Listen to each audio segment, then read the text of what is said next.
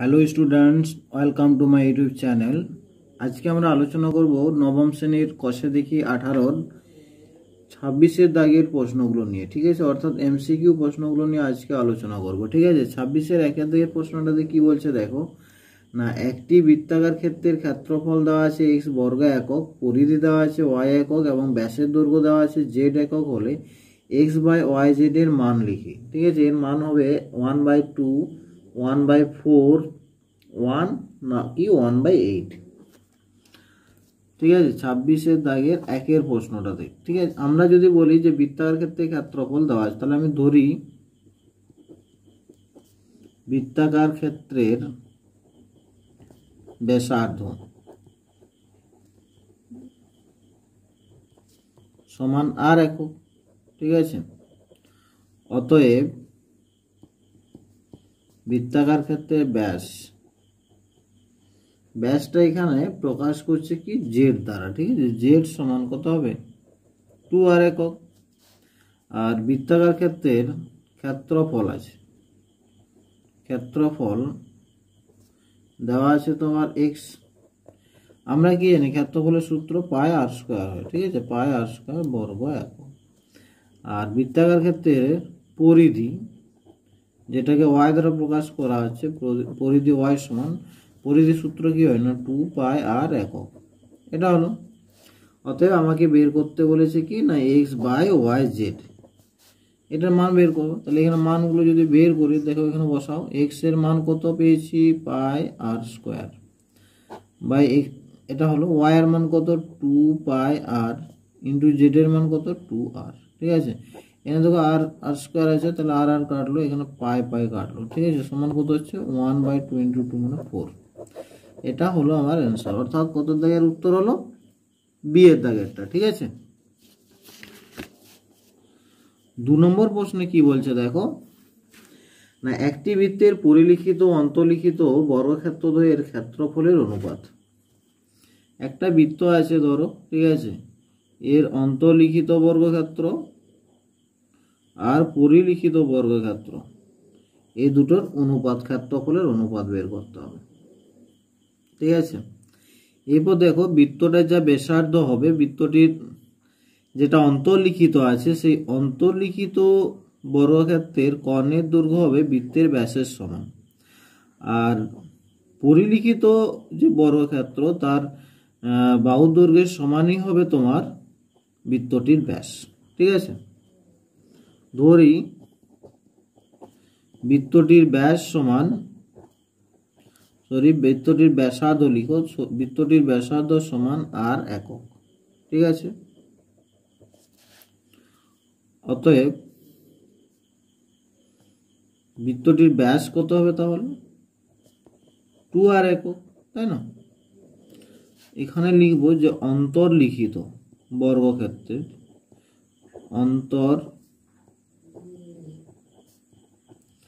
অন্তর্লিখিত বর্গক্ষেত্রের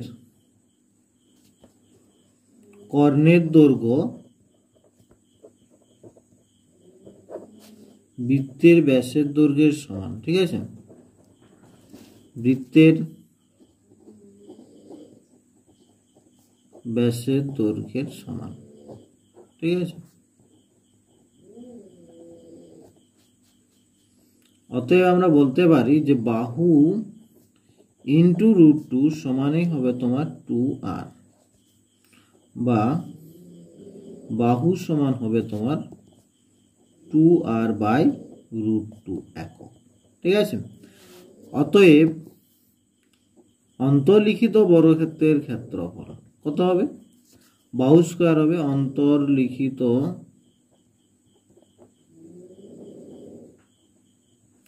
বর্গক্ষেত্রের ক্ষেত্রফল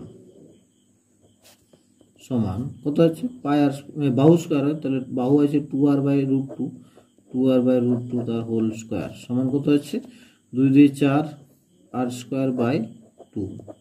এটা কাটলে হবে তোমার 2 আর স্কয়ার বর্গ একক। ঠিক আছে, এরপর দেখো পরিলিখিত যে বর্গক্ষেত্রটা আছে, ঠিক আছে, তার বাহুর দৈর্ঘ্য হবে ব্যাসের সমান। তাহলে এবারে লিখে দিচ্ছি পরিলিখিত এটা লিখতে পারো যে পরিলিখিত বর্গক্ষেত্রের বাহুর দৈর্ঘ্য বৃত্তের ব্যাসের দৈর্ঘ্যের সমান। তাহলে পরিলিখিত বর্গক্ষেত্রের বাহু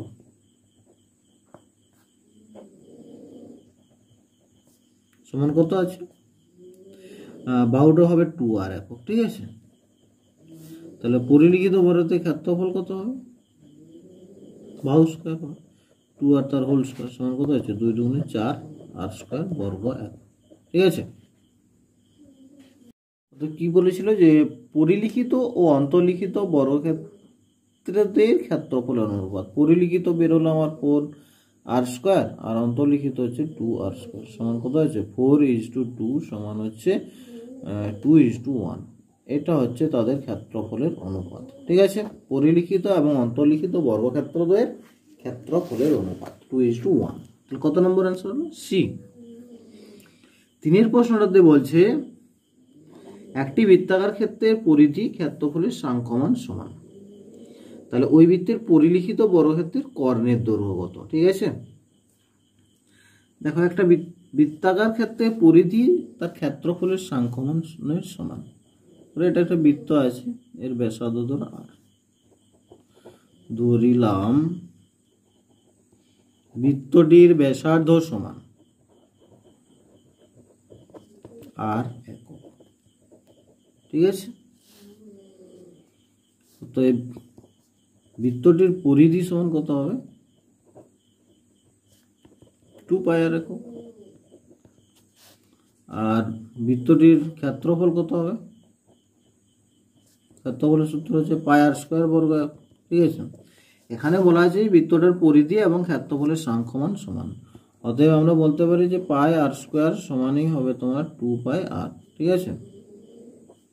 বা এখানে আমি লিখতে পারি πr স্কয়ার বাই πr সমানই 2, এখানে দেখো r কাটলো পাই কাটলো, বা r সমান হচ্ছে 2, ঠিক আছে। তাহলে r সমান যদি 2 হয় তাহলে ব্যাসার্ধ 2 হচ্ছে। তাহলে পরিলিখিত বর্গক্ষেত্রের কি বলেছে যে পরিলিখিত ওই বৃত্তের পরিলিখিত বর্গক্ষেত্রের কর্ণের দৈর্ঘ্য, ঠিক আছে। এখানে লিখবে যে পরিলিখিত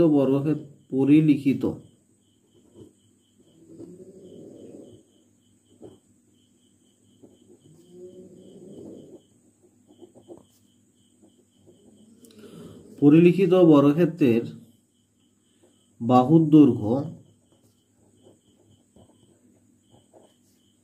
পরিলিখিত বর্গক্ষেত্রের বাহুর দৈর্ঘ্য হবে বৃত্তটির ব্যাসের সমান, ঠিক আছে। বৃত্তটির ব্যাসের দৈর্ঘ্যের সমান, ব্যাসের দৈর্ঘ্যের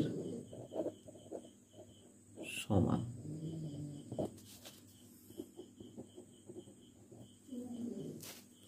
এমনিতে দেখো বৃত্তটির ব্যাসার্ধ দেওয়া আছে 2, তাহলে ব্যাস কত হবে 4 হবে। অতএব বর্গক্ষেত্রটির বাহুর দৈর্ঘ্য সমান, তাহলে সমান কত হবে 2 গুণিত 2 সমান হচ্ছে 4 একক, কি ধরো এখানে একক আছে, 4 একক। অতএব কর্ণের দৈর্ঘ্য কত হবে, বাহু ইন্টু √2 হয়, কর্ণের দৈর্ঘ্য বর্গক্ষেত্রটির কর্ণের দৈর্ঘ্য সমান বাহু √2, তাহলে 4√2 একক, ঠিক আছে। 4 প্রশ্নটাতে কি বলছে না একটি সমবাহু ত্রিভুজের পরিলিখিত ও অন্তর্লিখিত বৃত্তাকার ক্ষেত্রের ক্ষেত্রফলের অনুপাত। দেখো এটা যদি একটা সমবাহু ত্রিভুজ হয়, ঠিক আছে, তাহলে এর পরিলিখিত ধরো এটার নাম দিলাম ABC, তাহলে এর পরিলিখিত এবং অন্তর্লিখিত যে বৃত্তাকার ক্ষেত্র এদের ক্ষেত্রফলের অনুপাত কত, ঠিক আছে। তাহলে এখানে দেখো এখানে যেটা অন্তর্বৃত্ত আছে তার ব্যাসার্ধ হবে তোমার, এদের যে উচ্চতা হবে তার 1/3 অংশ, ঠিক আছে। আর যেটা পরিবৃত্ত হবে তার তাহলে ব্যাসার্ধটা হবে উচ্চতা 2/3 অংশ, ঠিক আছে। ধরি সমবাহু ত্রিভুজটির উচ্চতা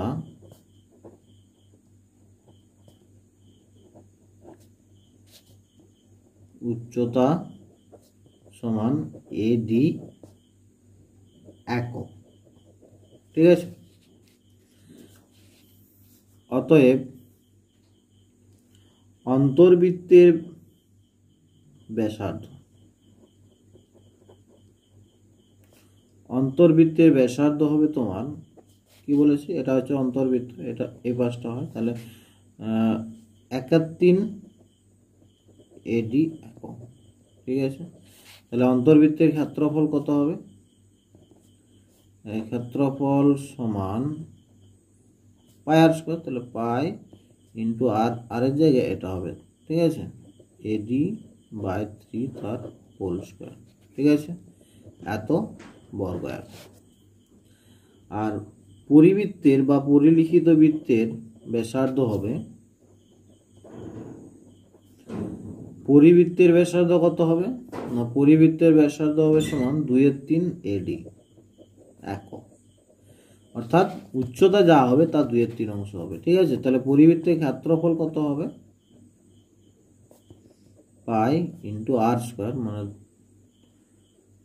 2AD/3 তার হোল স্কোয়ার। ঠিক আছে, এত বর্গ একক। তাহলে পরিলিখিত এবং অন্তর্লিখিত বৃত্তাকার ক্ষেত্রে ক্ষেত্রফলের অনুপাত, তাহলে পরিলিখিত আছে, অতএব তাদের অনুপাত কত হবে, তাহলে না পরিবৃত্ত এবং অন্তর্বৃত্তের ক্ষেত্রফলের অনুপাত সমান হবে, এটা ধরো 2AD/3 তার হোল স্কোয়ার ইজ টু, তাকে পাই আছে, is two pi into AD/3 তার হোল স্কোয়ার। ঠিক আছে, পাই বাই কাটলে হয় তোমার 2 2 4/9 is two pi R AD square যদি কেটে দিই এটা হবে তোমার 1/9। ঠিক আছে, সমান হচ্ছে তোমার 4:1। এইটা হবে তোমার পরিলিখিত এবং অন্তর্লিখিত বৃত্তাকার ক্ষেত্রের ক্ষেত্রফলের অনুপাত। ঠিক আছে,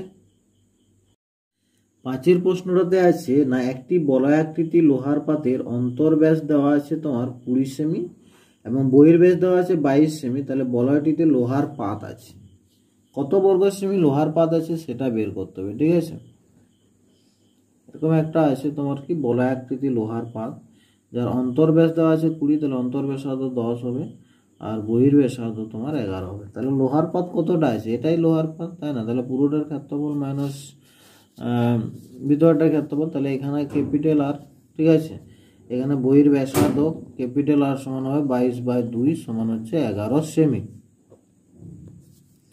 স্মল আর সমান হবে 20/2 সমান হচ্ছে 10 সেমি। ঠিক আছে, তাহলে লোহার পাত আছে কতটা, এখানে লিখব বলয়টিতে লোহার পাত আছে pi capital R square minus small R square, এটা করলে হবে সমান 22/7 ইন্টু 11 স্কোয়ার মাইনাস 110 স্কোয়ার। ঠিক আছে, সমান কত হচ্ছে 22/7 ইন্টু 121 মাইনাস 100 সমান কত হচ্ছে 22/7 ইন্টু 21, 3 7 21 সমান হচ্ছে 66 বর্গ সেমি। ঠিক আছে, এই হলো আমার MCQ প্রশ্নগুলোর উত্তর হলো। ঠিক আছে, পরের দিন আমরা 27 দাগে যে সংক্ষিপ্ত উত্তরবৃত্তি প্রশ্ন আছে সেগুলো নিয়ে আলোচনা করবো। ঠিক আছে।